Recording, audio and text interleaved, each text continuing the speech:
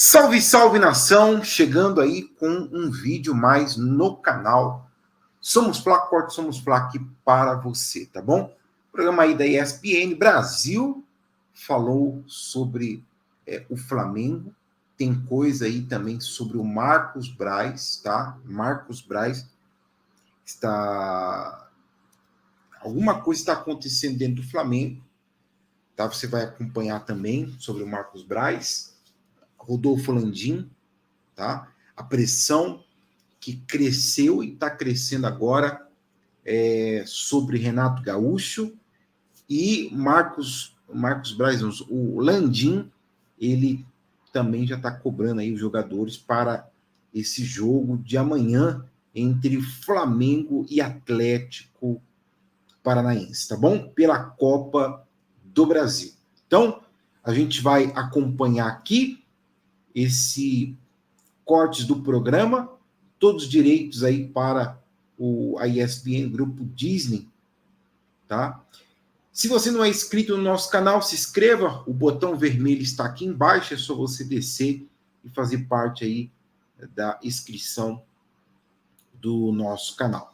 Ative o sininho de notificação também, porque isso é importante para você receber a notificação de vídeos novos aqui postados, tá? Senta o dedo no like. Vamos rodar aqui a notícia. 11 gols pró, 7 gols contra. Os jogos aconteceram em 2013, em 2019, 2020 e 2021. Zupac. Pois é, Marcela e amigos, a gente vai agora dar uma olhadinha num lado do campo que pode ser fundamental, pode ser chave para o jogo de amanhã entre Flamengo e Atlético Paranaense. Lembrando sempre, 2-2 jogo de ida, qualquer empate, pênalti, quem ganhar vai para a final. E um lado do campo em especial pode trazer emoções bem impactantes para as duas equipes. É o lado esquerdo do ataque do Atlético, o lado direito do ataque do Flamengo. 3 lances separados para a gente observar. A gente começa olhando justamente o lance do jogo de ida lá em Curitiba. A posse de bola é do Flamengo, mas logo de cara. Então, o Abner ataca pela esquerda, mas se não voltar a tempo ou se a cobertura não for boa, é justamente por ali que o Gabriel pode ou trazer para bater pro gol ou trazer para reencontrar o Bruno Henrique na volta do camisa 27. Esse lado do campo eu acredito que vai ser fundamental para o encaminhamento do jogo amanhã no estádio do Maracanã. Edu. Boa análise, Gustavo Zupac. Agora, André Kfouri, quero ouvi-lo sobre esse duelo. É um jogo muito decisivo, né, pro Flamengo, até para olhar para frente, para dar aquela confiança pro dia 27. Falta pouco mais de um mês para a grande final da Libertadores. E lembrando, o Atlético Paranaense também está vivo em 2 competições, né? Copa do Brasil e a final da Sul-Americana contra o Red Bull Bragantino. Sim, e do ponto de vista do Atlético, não há nenhum motivo para imaginar que ir ao Maracanã neste momento, mesmo com o Flamengo recebendo alguns dos seus titulares, alguns dos seus jogadores de volta, depois de um período aí em que o declínio técnico do time está evidentemente implicado. Mas o Atlético não tem nenhum motivo para não se sentir confiante depois da partida que fez em casa, quando muito provavelmente, se os jogadores estão se sentindo que deveriam ter vencido aquele jogo, porque afinal de contas aconteceu um pênalti já no final, impediu que o Atlético ganhasse a partida. O 2-2 se deve a isso. Ir ao Maracanã nesta altura da temporada, com já uma final de competição sul-americana garantida e a possibilidade de eliminar o Flamengo, tem que alimentar o time do Atlético e não fazer com que os jogadores e a comissão técnica achem que é uma montanha muito alta para ser subida. De fato, eu continuo entendendo que o Flamengo é favorito, mesmo com desfalques, mesmo com... Se a escalação fosse rigorosamente a mesma da semana passada, eu entenderia que o Flamengo está mais próximo de conseguir essa vaga para a final, mas o Flamengo também está muito pressionado, muito mais do que o Atlético Paranaense. Uma eliminação agora seria extremamente frustrante, pensando no que acontece no Campeonato Brasileiro e com a distância de um mês para a final da Copa Libertadores. O Flamengo precisa dessa final, precisa dessa classificação para continuar se sentindo o time dominante que de fato é no futebol brasileiro. Um jogo extremamente interessante, uma classificação aberta para ser jogada e conquistada pelos dois times no Maracanã, e o Atlético tem que estar confiante que pode ser finalista da Copa do Brasil. Como diria Marcela Rafael, pense num jogo decisivo, multiplique. Vamos dar uma olhada na fase do Renato Gaúcho. No comando do Flamengo, deu uma queda, né? Ele começou muito bem e a gente vai mostrar isso com números. Nos primeiros 14 jogos, 12 vitórias, um empate, uma derrota, 88% de aproveitamento, caiu para 64%, com 7 vitórias, 4 empates e 2 derrotas nos últimos 13. Fizemos um recorte mais ou menos na metade aí da história do Renato no Flamengo. Aí, gols marcados. Marcava mais, 45 contra 23. Veja a média, caiu de 3,2 para 1,8. Aí passou a sofrer mais ou menos a mesma quantidade. A média só varia porque temos 13 jogos, né? Temos um jogo a menos agora nesse recorte. Chances claras, criava mais, 4 contra 2,2 chances. Chutava mais, 7, quase 8 chutes certos por jogo, agora é quase metade disso. E chutes até marcar, era mais eficiente, 4,7, agora 7,4. Vamos lá mais uma vez com a repórter Cris Mussi, que fala ao vivo do Maracanã, palco do encontro rubro-negro desta quarta-feira. 2-2 no primeiro jogo, as equipes voltam a se enfrentar agora no Rio de Janeiro. E com o Renato muito pressionado, né, Cris? É verdade, Edu. Muito pressionado, principalmente por conta das escalações, né, que ele vem fazendo com esse time. Você jogar com um adversário tão fechado, que jogava muito recuado, realmente buscando uma oportunidade, assim como o Fluminense, né, que jogava no contra-ataque, tem um time muito veloz, então buscava abaixar e empurrar essas linhas de defesa do Flamengo. E o Flamengo com muita dificuldade de criar, ser ofensivo e ser efetivo, né? A gente percebia muito um toque de bola e as decisões e poucas chances de gol efetivamente.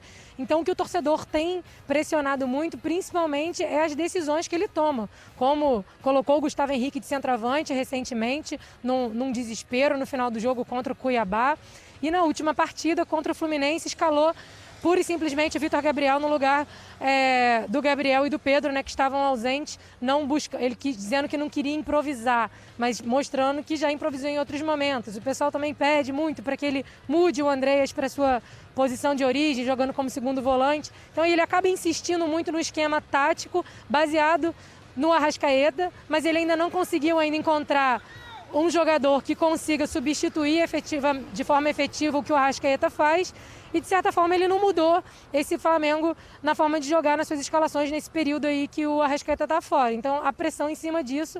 E ele, nas coletivas, vem sendo muito repetitivo, né? Dizendo que ninguém quer saber, que o Flamengo tem uma decisão a cada 3 dias, que a pressão é muito grande, que o Flamengo é notícia. Ele acaba desviando, mas, no fundo, ele nunca nos responde sobre as decisões que ele toma na hora de escalar o time. E é por isso que o torcedor está um pouco pistola com ele, sim, em relação a isso. Agora, se por um lado ele também está bastante pressionado, o Valentim também está pressionado, vai ser o 7º jogo dele à frente do Atlético Paranaense. Até agora foi apenas uma vitória, 2 empates e 3 derrotas, 2 empates e 1 vitória.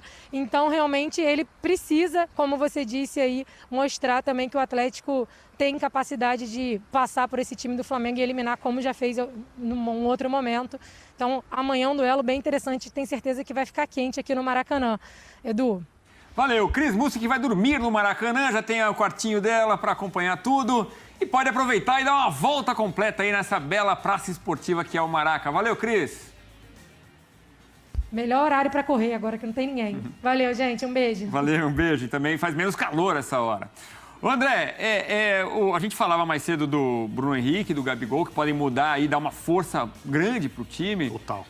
E o Renato agradece, né? Sim, o Renato, a torcida do Flamengo gigantesca, os outros jogadores, aqueles que entrarão em campo, todos, a comunidade do Flamengo, todo mundo que é Flamengo, jogadores incluídos, agradecem e saudam a volta desses 2 jogadores. O acréscimo técnico é muito grande, o acréscimo de confiança para um jogo decisivo é quase tão grande. Isso faz muita diferença.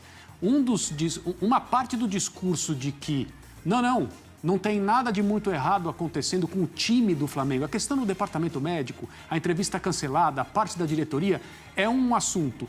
E todos os jogadores do Flamengo, e quem já jogou no Flamengo, sabe que o clube vive quase sempre nessa efervescência nos bastidores, na diretoria, nos corredores. O time de futebol é outra coisa.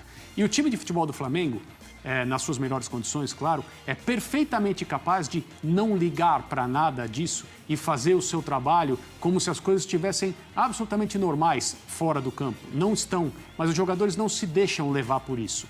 Com Bruno Henrique e com o Gabigol de volta, o Flamengo é outro time, é outra coisa, é outro tipo de problema para o adversário. E eu falava, uma parte do discurso de as coisas estão bem, o problema é que nós estamos desfalcados, tem muitos jogadores fora, o Flamengo tem sido vítima disso, esse discurso ele tem um outro lado, que é, na hora que os jogadores começarem a retornar, o time também precisa mostrar que era uma questão de quem não estava disponível. Então, se por um lado é ótimo, do ponto de vista técnico, o Flamengo se reaproxima daquilo que era. Num jogo decisivo, precisa ser assim. As coisas precisam funcionar. Vale demais, vale vaga na final da Copa do Brasil, mas vale também confiança olhando para a Libertadores, o PAC. Claro que o Renato tem que trabalhar muito o time em relação ao time do Furacão, mas a preleção também eu imagino que vai ser daquelas, viu, Zupac? Vai, né, Edu? Até porque o próprio Renato colocou um holofote mais forte, jogou mais peso nessa partida de quarta-feira contra o Atlético Paranaense do que no próprio jogo de sábado contra o Atlético Mineiro, quando ele diz, depois da última derrota para o Fluminense, que não dá para ganhar as 3 competições, que o Flamengo já está em uma final, pode ir para outra, e no Brasileiro a gente vê o que acontece. Então, o próprio Renato, nas suas palavras, deixou claro que o dia é amanhã. E quando ele também alega, e aí eu concordo com ele, que os desfalques, todos eles, da quantidade que vieram de uma vez só no último final de semana, isso impacta na qualidade do jogo. A hora que esses caras começam a voltar, né, 6 deles voltam, o Renato coloca o seu próprio discurso em xeque, ou seja, se com a volta desses caras o Flamengo de novo não jogar bem, o Renato vai ser questionado sobre o que ele mesmo disse.